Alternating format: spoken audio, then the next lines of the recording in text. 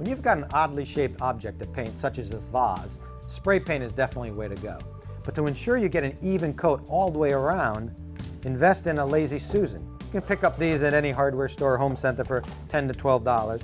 And what you want to do is put the vase in the middle. It doesn't have to be exactly in the center, but you don't want it wobbling around so it falls off.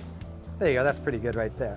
And then slide it near the edge of the workbench. Now that's important because it allows you to bring the can all the way down for a nice even coating, so you don't have to turn it sideways.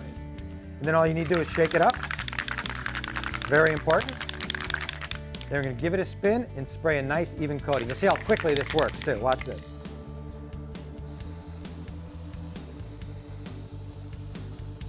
If you need to, you can give it another spin.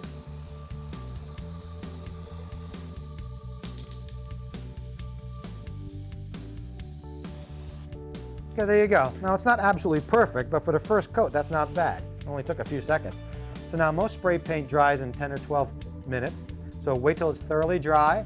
When you're ready for the second coat, just give it another spin.